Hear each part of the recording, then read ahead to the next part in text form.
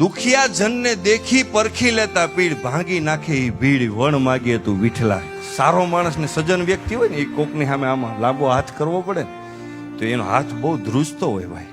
એ તો સામે દિલ વાળો હોય ને એ ઓળખી લે, ધ્રુજવાનો જ. કોઈ ભેટી જાય સાહેબ આપણને અને રડવા માંડે, બે આહુડા પાડી દે. હે લાયક બનીએ તો પણ ઘણું છે સાહેબ. કઈ શક્તિ છે? તમે શું કયો પાવર? 4 બંદૂક વાળા સાહેબની આજુબાજુમાં છે એ પાવર છે? નહીં, એ પાવર નથી. એના બંગલે કોક બે આહુડા પાડે ને એ દાંત કાઢતો કાઢતો બહાર નીકળે છે, એનો પાવર છે. એનો પાવર. એની પાસે હૃદય છે, એ ફીલ કરી શકે છે, શેર કરી શકે છે, બીજાની પીડાને અનુભવ કરી શકે છે. એ તાકાત જે વ્યક્તિની અંદર હશે એ જ પેલા તો માણસ ગણાય આવનારા સમયમાં. સાહેબ આપણે બીજાની પીડાને અનુભવ ન કરી શકીએ, આપણી જાતને આપણે માણસ કઈ રીતે કહી શકીએ? એકવાર તમે બેસ્ટ માણસ બની જાજો અને 10 વર્ષ પછી તમારી પાસે કાંઈ નહીં હોય, કોકને મોટા માણસને ખબર પડી ગઈ કે આ ખાલી એક સારો માણસ છે, તમારું બાવડું પકડીને તમને કહે કે મારી કંપનીમાં આવી જા, ટકાવાળી ભાગીદારી તું બોલજે, પણ તું મારી સીટ ઉપર બેસી જા. સાહેબનું ઇન્ટરવ્યુ મેં જોયું હતું. સાહેબને કોઈ પત્રકાર પ્રશ્ન કરે, મોદી સાહેબ વિશે તમારું શું કેવું? ઈ છે, હું છું. તમે સમજો, ઈ છે, હું છું. તો અહીંયા કોઈ સામાન્ય વ્યક્તિ જોવે ને તો એમ થાય કે નહીં, ઈગોથી વાત કરી. નહીં, આને સ્વાભિમાન કહેવાય. ઈ સ્વાભિમાન ક્યાં દેખાય? સાંભળો કે જ્યારે મંત્રી પદની જ્યારે ક્ષણ આવે ત્યારે સાહેબ ઊભા થઈ અને મોદી સાહેબ પાસે જાય છે અને 2 હાથ મોદી સાહેબ પકડી લે છે. જે માણસ બીજાની ક્ષમતાનું સન્માન કરી શકે એ માણસ મોટો છે. પકડી લીધા ના આ ક્ષણ મેં જોઈ. સાહેબે નહીં, ત્યાં જે સાહેબ બોલ્યા હતા ને ઈ છે, હું છું. ત્યાં સાહેબે વાત પુરવાર કરી દીધી, તમે બોલ્યા હતા ને તમે છો, હું છું, આપણે એકબીજા સરખા છીએ. એમ 2 હાથ પકડી લીધા.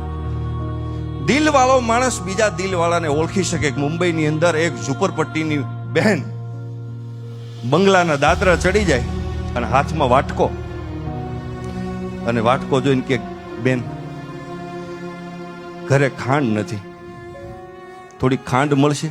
તમે વિચાર કરો, જેના ઘરે ખાંડ ઘટતી હોય એને ઘરે બધું ઘટતું હોય. એટલે તરત જ ઓલી ખાનદાન બાઈ હતી અંદર ગઈ અને ખાંડનો વાટકો ભરીને ગરીબ મહિલાને આપી.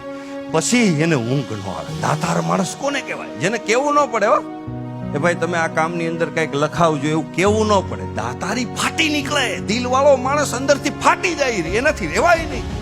એને કઈ રિક્વેસ્ટ ન કરવી પડે, કારણ કે દિલ છે એની પાસે. પછી એનું ઊંઘ ન આવે, કારણ કે જેની ઘરે ખાંડ ઘટે એની ઘરે ઘણું બધું ઘટતું હોય. આ ફીલ કરે, દિલ છે ફીલ કરે.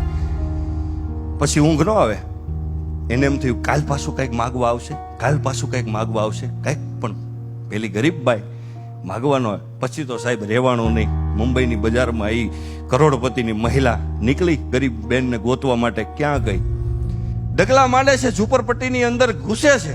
ગરીબ બેન રાજી થઈ જાય છે, બેન તમે. પણ મહત્વની વસ્તુ, મુદ્દાની વસ્તુ, એ કરોડપતિ બાઈની હાથમાં એક વાટકો હતો. અને વાટકો જઈ અને ગરીબ મહિલા હતી એને એમ કીધું કે બેન તારી ઘરે મીઠું છે? કે હા છે ને. તો એક વાટકો ભરી દે ને, મારા ઘરે નથી. સાહેબ પ્રસંગ જોજો તમે. એ મીઠાનો વાટકો લઈ અને પોતાના બંગલાના દાદરા ચડે છે. હિંડોલા ઉપર એનો ધણી બેઠો છે. એ જોવે છે, હાથમાં વાટકો જઈ ધણી ટકોર કરે છે. એટલે તમારો સ્વભાવ સુધરો નહીં. આપણા ઘરે શું ઘટે છે? તમારા માગવા નીકળાય? ત્યારે સાહેબ એ સ્ત્રીએ જવાબ આપ્યો હતો ને, આ યુવાનોને હૃદયની અંદર ગાંઠ મારી લીધા જેવો જવાબ છે. આ ગુણ જો તમારી મારી અંદર હશે ને સાહેબ, આપણે રાજ કરવાના છે. એ સ્ત્રીએ જવાબ આપ્યો તો થોડા સમય પહેલા ગરીબ બેન આપણા દાદરા ચડી ગઈ અને ભગવાનની દયા છે આપણે એટલે આપણે એને આપી શકીએ. પછી હું ગોતતી હતી કે બેન કેમ ન આવી, કારણ કે જેના ઘરે ખાંડ ઘટે એની ઘરે બધું ઘટતું હોય. તો કાંઈક માગવા આવે, આપણી પાસે છે, ભગવાનની કૃપા છે, માગવા નહીં.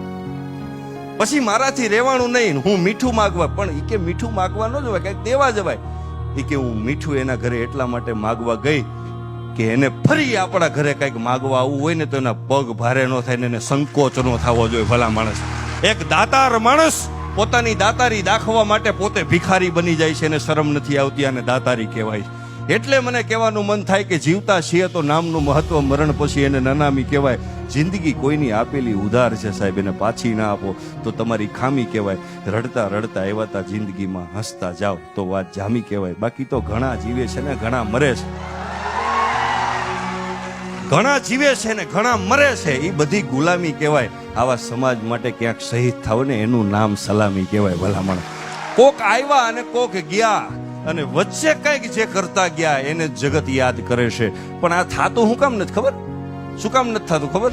આપણને એવો ફાંકો છે કે આપણે 500 વર્ષ જીવવાના છે. એ ફાંકો કોરોનામાં કાઢ નાખ્યો કુદરતે, તોય હજી ભેગું નથી થતું. એટલે છેલ્લી 2 લાઈનમાં દિવ્યેશભાઈ મારી કવિતા છે કે કેટલાય ગયા ને કેટલાય આવીને આમ જ ફરે, કે કેટલાય ગયા ને કેટલાય આવીને આમ જ ફરે છે. પેઢીયું બળીને રાખ થઈ ગઈ તોય બધાય આમ જ ફરે છે. માલિક નથી તોય માલિકીના પુરાવા લઈને ફરે છે. ઓઢણું ઈશ્વરનું ઓઢીને પોતે જ ઈશ્વર થઈને ફરે છે. કેટલું સરસ નાટક માણસ કરે છે તો ઈશ્વર એને રોજ માફ કરે છે ને રોજ પ્રેમ કરે છે. રોજ માફ કરે છે ને રોજ પ્રેમ.